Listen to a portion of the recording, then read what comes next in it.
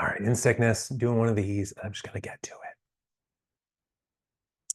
In sickness, September 9, 2019, a doctor's life. I've seen a lot of doctors. I don't feel like counting them. Let's just say it's 100, close enough. Out of those 100, at least 40 of them disclose details about their own lives to me at some point during the appointment.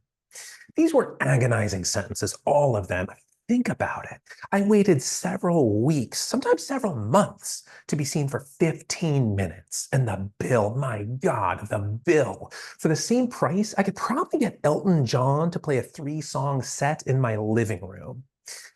Those 15 minutes are of enormous importance to me. When 8 of them are used up listening to the doctor's unrehearsed monologue about driving etiquette, I feel at least insulted, if not fully violated. I mean, it's not even a good bit.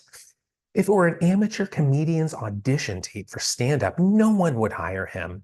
On open mic night, he would receive no laughs, no claps, and a lot of drunken booze. In the office, he deserves even less laughter and clapter because he's being paid to perform a totally different job. And instead of performing it, he's using me as a beta listener for his bad stand-up material. Those 8 excruciating minutes could have been spent on my sofa listening to a live performance of Tiny Dancer.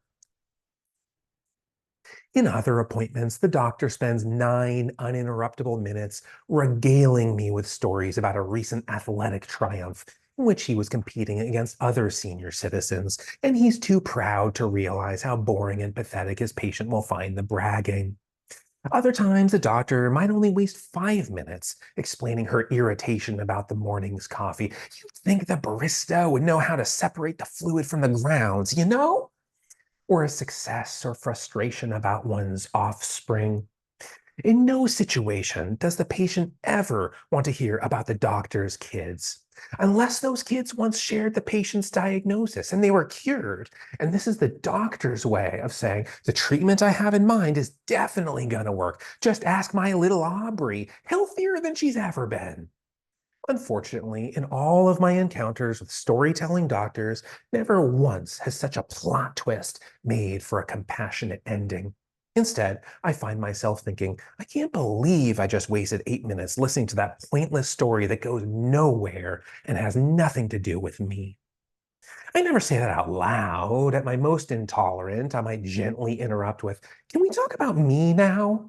But I do my best to play the part of a respectful audience member. And I think most other patients do as well, which brings us to the point of this essay.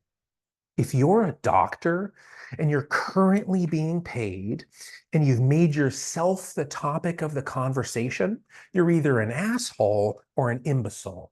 Consider the implied social contract. If I pretend to give a shit about your rich kids and your gritty coffee, you'll give a shit about my illness. That's the entire reason I'm here, paying you so much money. My illness. So when I sit through a tedious story about the achievements of your genetically average children whose allowance exceeds my annual income, and I feign great amusement at your unoriginal attempt at humor, I'm holding up my end of the bargain, and it's a heavy end. And my behavior at the clinic is not unique or even uncommon. I'm pretty sure every patient is doing exactly what I am, heaving their end of the bargain at the socially oblivious doctor. The smiles and laughter are not real. They couldn't be. Because what scared, suffering person who just waited 70 days for this appointment is capable of rejoicing over your eldest son Caleb's game-winning goal last night? A positive response is not possible.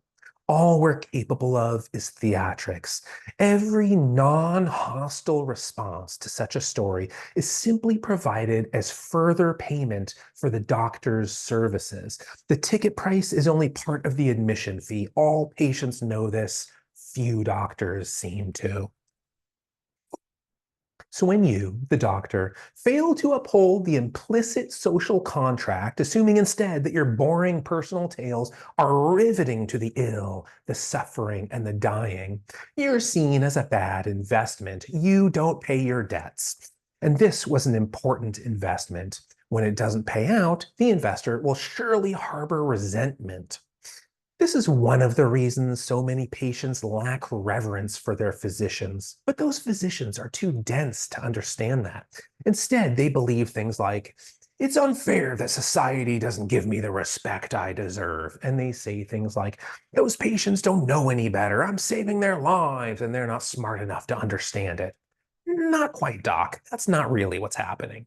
If a sick patient offers sympathy about a healthy doctor's unsatisfactory coffee, that's a contract more binding than any handshake.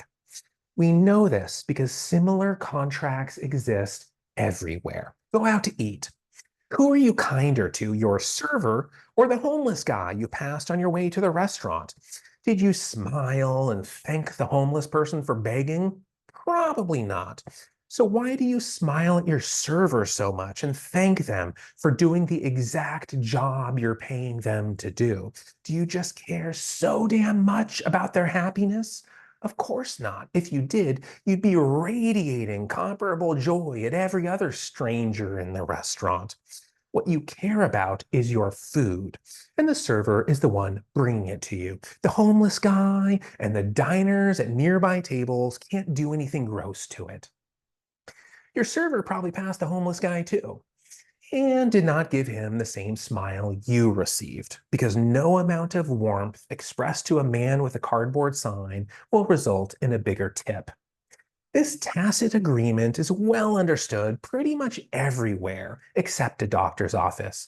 Not every doctor. In my experience, a minority of physicians, perhaps 40%, are pathologically solipsistic, but 40% is still a problematic head count. Civilization would surely leap forward if this old, ignorant fraternity would just take a moment to consider what it means when a patient flatters them, especially when the flattery involves follow up questions. Do you drink your coffee black? Or does Caleb play any other sports? Questions like this reveal a serious thespian at work. If the performance were televised, they would deserve a daytime Emmy. And there's no way they would put that amount of effort into their performance if the physician would simply do his or her job. Do you butter up your garbage man? Hi, Mr. Campbell. How are your kids? I hope the traffic is okay for dump trucking this morning. There's no need to do that, unless, of course, Mr. Campbell stopped performing his job. In that case, you might even find yourself bowing and addressing him as doctor. Theater of this sort is only employed when the employee needs to be incentivized, which brings us back to the ailing patient in the doctor's office. They are not fans of the physician exercising their idolatry. They are doing what they can to take control of a horrible situation. I'm so sorry to hear about your commute this morning, Dr. Peterson Reed. Please tell me more about your children. Counterfeit interest of this sort is the patient's only weapon, lawyers aside, to defend against negligence. You know what the saddest part of all this is? When the physician takes the bait. You know what the ugliest part is? When they don't return the favor with attention of their own. These days, I've stopped trying to uphold my end of the deal. It took me a few years to learn it was a bad investment. Praising a narcissist's breach of social grace seldom results in any reciprocation of attention. But I understand why so many patients still pay their tributes. It's a form of begging. The medically damned have no idea how else to escape their fate, and the last refuge of the dying is usually compassion. All right, that's it. I hope all of your appointments go compassionately and you don't have to, your ticket price is simply the bill and you can afford it.